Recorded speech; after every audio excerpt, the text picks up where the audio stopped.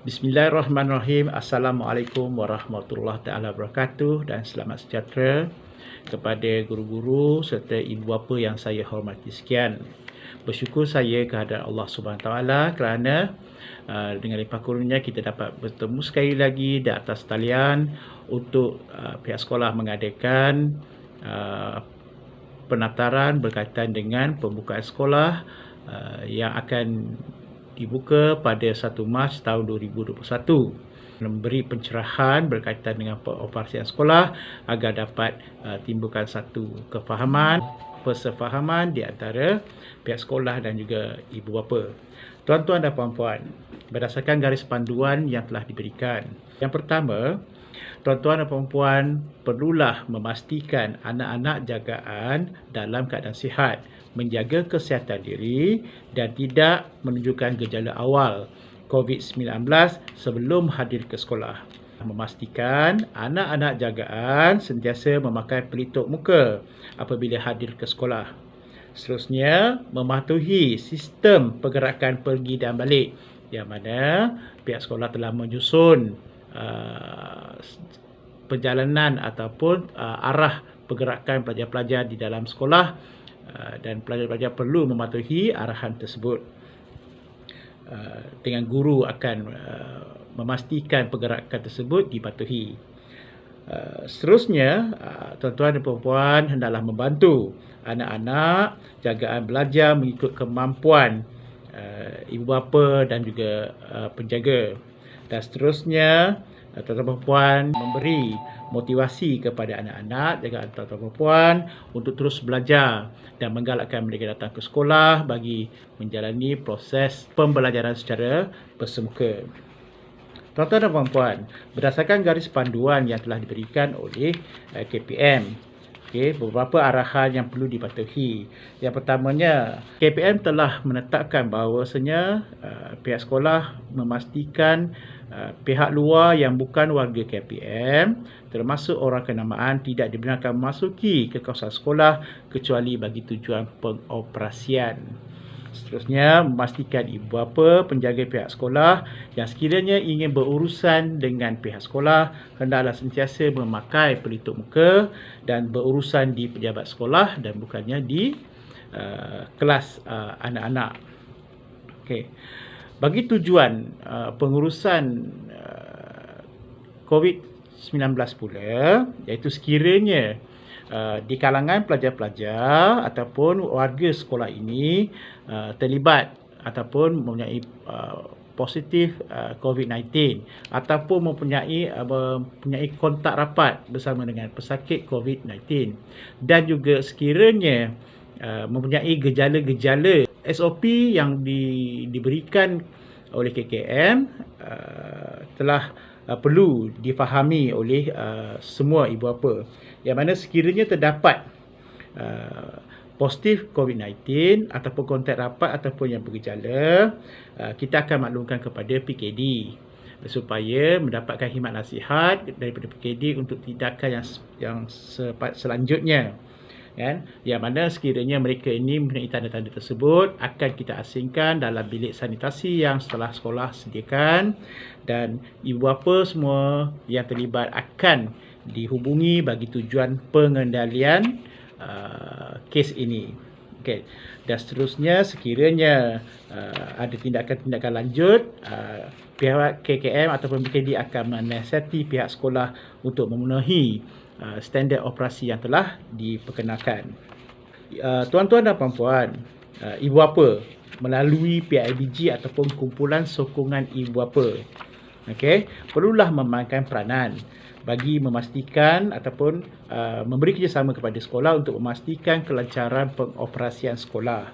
Oleh itu, ibu bapa perlulah meningkatkan kesedaran dan kefahaman berkaitan dengan penularan jangkitan COVID-19 ini. Ibu bapa memberi nasihat kesedaran kepada anak-anak tentang penjarakan fizikal sebelum, semasa dan selepas menaiki kenderaan contohnya. Seterusnya, menasihati anak-anak jagaan supaya tidak berjabat tangan semasa di sekolah ataupun bersentuhan bersama dengan rakan-rakan di sekolah. Seterusnya juga hendaklah menasihati anak-anak supaya sentiasa mengamalkan kebersihan sebelum dan selepas makan. Ibu bapa juga digalakkan menghantar dan juga mengambil anak sendiri suatu berurusan di sekolah, kan? Tetapi sekiranya menggunakan kenderaan pengangkutan yang lain, ibu bapa hendaklah menyampaikan pesanan ataupun perlulah memastikan penjarakan sosial berlaku di dalam kenderaan tersebut bagi memastikan SOP-nya dipatuhi yang ditetapkan oleh KKM. Ibu bapa juga disarankan menyediakan makanan dan minuman dari rumah untuk anak-anak jagaan bagi mengurangkan pergerakan dan kesesakan di kantin. Okey, dan juga memastikan anak-anak jaga tuan-tuan dan puan mengambil sarapan sesuai sebelum datang ke sekolah.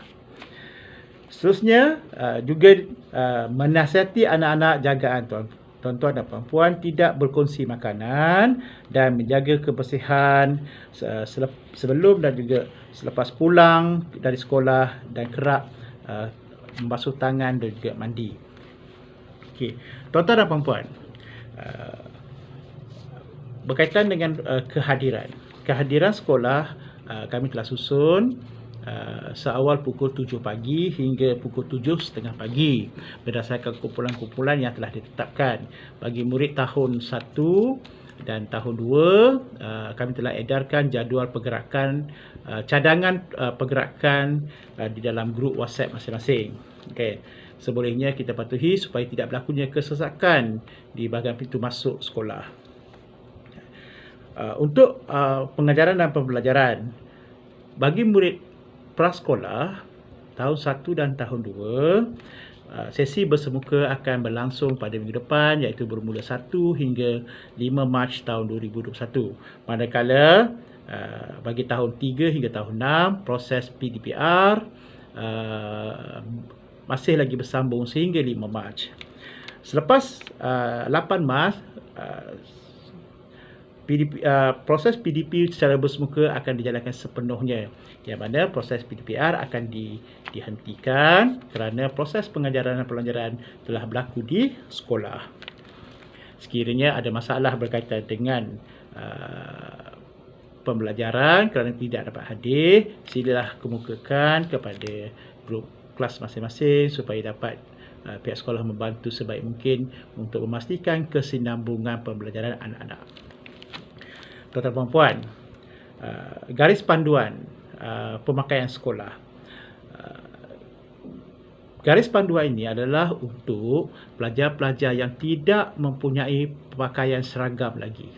Bagi murid-murid yang tidak mempunyai pakaian seragam, dibenarkan untuk memakai pakaian lain selain daripada pakaian seragam. Oleh itu, pihak sekolah menggalakkan supaya murid-murid ini memakai track bottom, seluar track shoot tu, supaya memberi keselesaan kepada pelajar untuk bergerak bersama dengan baju berwarna putih. Sekiranya tidak ada baju warna putih, bolehlah memakai pakaian sukan bagi PJ atau pakaian sukan yang melambangkan warna sukan lah, warna merah, biru, hijau, kuning tu. Boleh, saya boleh benarkan untuk itu. Okey, sekiranya tidak ada pakaian seragam lah, so pakaian tersebutlah sekolah galakkan untuk murid-murid pakai. Berkaitan dengan ketidakhadiran, saya percaya ada di kalangan ibu bapa masih lagi tidak mahu menghantar anak ke sekolah walaupun sekolah dibuka.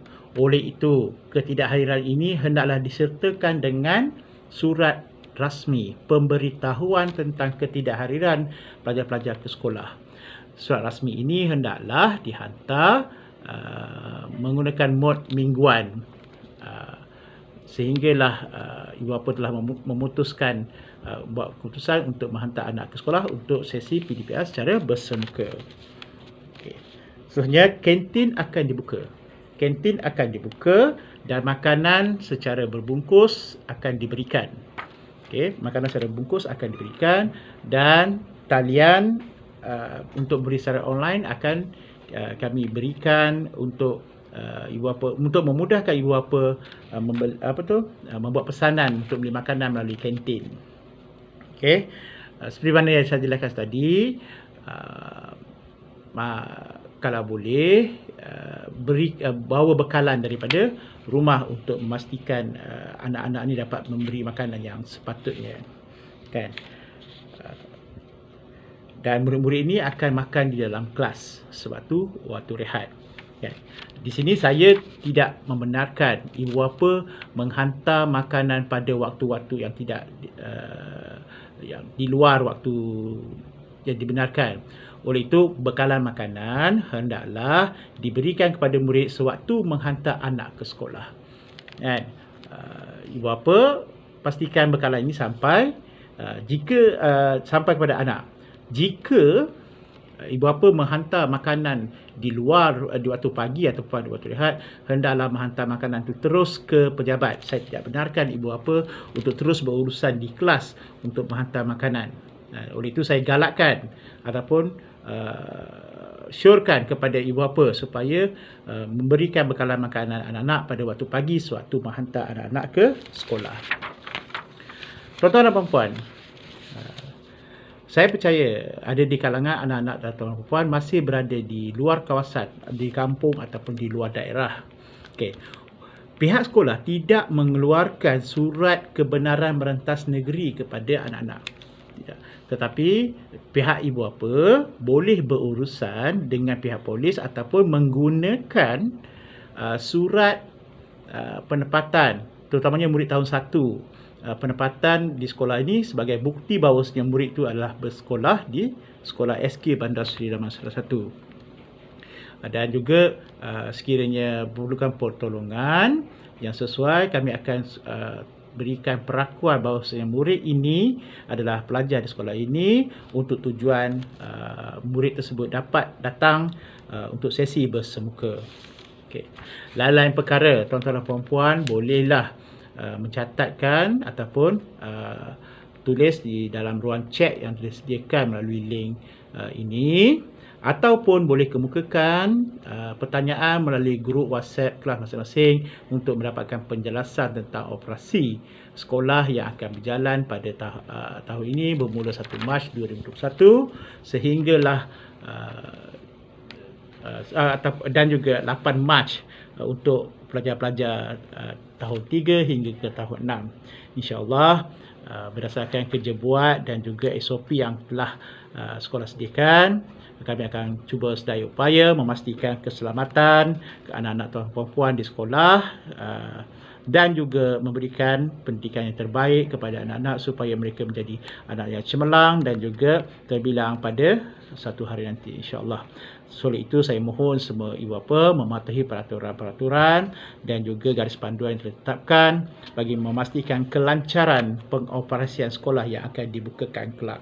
InsyaAllah kami akan berjumpa dengan anak tuan-tuan dan puan-puan yang telah lama kami tak jumpa, untuk kami memastikan anak-anak ini meneruskan kesinambungan pendidikan untuk menjadikan mereka lebih cemerlang. Sekian, wabillahi taufiq hidayah. Assalamualaikum warahmatullahi wabarakatuh. Sekian.